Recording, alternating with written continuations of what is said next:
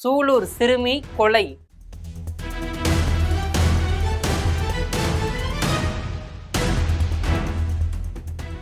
Press மீட்டில் பெண் IG சிரித்தாரா?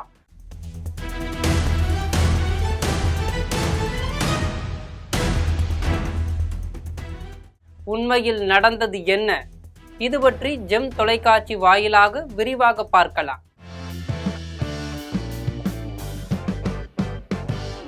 Kovai மாவட்டம் சூலூரில் 10 வயது சிறுமி ஒருவர் பாலியல் வன்கொடுமை செய்யப்பட்டு கொல்லப்பட்டார். இது தொடர்பாக இருவர் கைதும் செய்யப்பட்டு உள்ளனர். தமிழகத்தில் கடும் அதிர்ச்சியை ஏற்படுத்திய இந்த சம்பவம் தொடர்பாக தமிழ்நாடு மேற்கு மண்டல காவல்துறை தலைவர் ரம்யா பாரதி செய்தியாளர்களை சந்திப்பதாக கோவை செய்தியாளர்களுக்கு தகவல் அனுப்பப்பட்டு உள்ளது. தொடர்ந்து அந்த பத்திரிகையாளர் சந்திப்பில் ஐஜி ரம்யா பாரதி உள்ளிட்ட போலீஸ் அதிகாரிகள் சிரித்து கொண்டிருந்ததாக ஒரு வீடியோ வெளியாகி வைரலானது.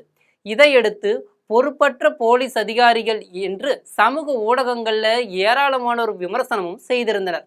ஆனால் உண்மையில் பிரஸ் மீட்டின் போது என்ன நடந்தது என்று விசாரித்த போது இது முழுக்க முழுக்க செய்தி ஊடகங்களின் கவனக்குறைவு என்பது தெரிய வந்துள்ளது. ஐஜி ரம்யா பாரதி மற்றும் அதிகாரிகள் செய்தியாளர்கள் சந்திப்புக்கு சென்ற செய்தியாளர்கள் ஒளிப்பட கருவி, மைக் ஆகியவற்றை வைத்துள்ளனர். அப்போது காவல்துறை அதிகாரிகள், நாங்கள் தங்களுக்குள் கலந்து பேச வேண்டியிருக்கிறது, சிறிது நேரம் தாருங்கள், அதுவரை வெளியே காத்திருங்கள், நாங்கள் அழைக்கிறோம் என்று கூறியுள்ளனர். சரி என்று சொல்லிவிட்டு வெளியே வந்த செய்தியாளர்கள் சிலர் ஒளிப்பதிவு கருவியை இயங்கு நிலையில் வைத்து ஒளியை மட்டும் ஆஃப் செய்துவிட்டு வெளியே வந்திருக்கின்றனர். பொதுவாக நேரலை செய்யும் ஊடகங்கள் இணைய இணைப்பு, ஒளி ஆகியவற்றை சரிபார்த்து வைப்பது வழக்கம். அப்படி சரிபார்த்த பிறகு செய்தியாளர் சந்திப்பு தொடங்கும் வரை ஒளி நிறுத்தி வைக்க வேண்டும். அதாவது எந்த ஒரு செய்தியாளர் சந்திப்பிலும் சந்திப்பவர்கள் முறையாக பேச தொடங்கும் போதுதான் நேரலை தொடங்க வேண்டும். ஆனால் இந்த செய்தியாளர் சந்திப்பில் சில காட்சி ஊடகங்கள் செய்தியாளர் சந்திப்பு தொடங்குவதற்கு முன்பே அவர்களுக்குள் பேசிக்கொண்டதை, எதற்காகவோ அவர்கள் சிரித்தபடி இருந்ததையும், அதிலும் ஒளி இல்லாமல் நேரலை ஒளிபரப்பு செய்து உள்ளனர். போலீசார் தரப்புல இப்படி ஒரு தவறு நடந்துவிட்டது என்று செய்தி நிறுவனங்களின் தலைமைக்கு சொல்லப்பட்ட பிறகு சில ஊடகங்களில் இருந்து அந்த வீடியோ காட்சிகளும் நீக்கப்பட்டிருக்கு. ஆனால் சமூக ஊடகங்களை கட்டுப்படுத்த முடியுமா? அதிகாரிகள் தங்கள் அறைக்குள் கலந்தோசித்து விட்டு முடிவில் செய்தியாளர்களை சந்தித்திருந்தால் இத்தகைய பிரச்சனை எழுந்திருக்காது. இனியாவது சென்சிட்டிவான பிரச்சனைகளின் போது செய்தியாளர்களை சந்திக்கும் போலீஸ் உயர் அதிகாரிகள் கவனமுடன் செயல்படுவது நல்லது. சரி, யார் இந்த ரம்யா பாரதி ஐபிஎஸ் என்று பார்க்கலாமா? கடந்த 2008ஆம் ஆண்டு ஐபிஎஸ் பேட்ஜை சேர்ந்த ரம்யா பாரதி தன்னுடைய 21வது வயதிலேயே யூபிஎஸ்சி தேர்வை எழுதி அதில் வெற்றி பெற்று ஐபிஎஸ் என்ற போலீஸ் பணியை தேர்வு செய்தார். சென்னை ஸ்டெல்லா மேரிஸ் கல்லூரியில் இளங்கலை சமூகவியல் படித்தவர். ஒரு நாளைக்கு 15 மணி நேரம் அளவுக்கு கூட தொடர்ந்து படித்தவர் ரம்யா பாரதி. இதன் காரணமாக முதல் முயற்சியிலேயே சிவில் சர்வீஸ் தேர்வில் வெற்றி பெற்ற தன்னுடைய 21 வயதிலேயே ஐபிஎஸ் அதிகாரியாக தேர்வானார். சிவில் சர்வீஸ் தேர்வுக்கு படிக்க எந்த பயிற்சி வகுப்புகளுக்கும் செல்லாமல் தன்னுடைய சொந்த முயற்சியிலேயே படித்து வெற்றி பெற்றவர்.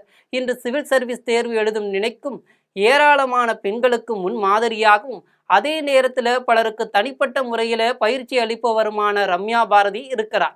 ஐபிஎஸ் தேர்வாகி தமிழ்நாட்டு கேடராக போஸ்டிங் கிடைத்ததும் பெண்களின் குழந்தைகளின் பாதுகாப்பை தன்னால் முடிந்த அளவு உறுதி செய்ய சபதம் எடுத்துக்கொண்டவர்.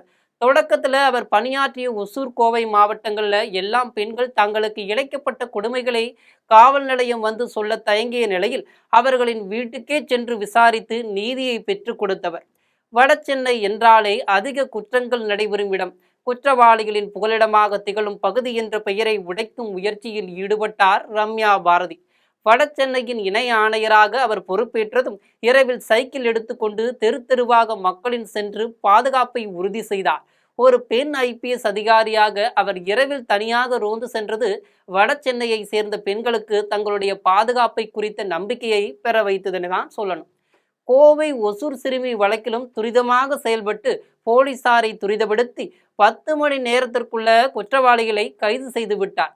ஆனால் செய்தியாளர்கள் யாரும் இல்லாத போது லைவ் ரெக்கார்ட் ஆன் செய்யப்பட்ட கேமராவுக்கு முன்னர் தனிப்பட்ட முறையில் அதிகாரிகளுடன் அவர் சிரித்து கொண்டு பேசியதுதான் சர்ச்சைக்கு உள்ளாகிவிட்டது. இது போன்ற செய்திகளை உடனுக்குடன் தெரிந்து கொள்ள ஜெம் தொலைக்காட்சியுடன் தொடர்ந்து இணைப்பில் இருங்கள். நன்றி, வணக்கம்.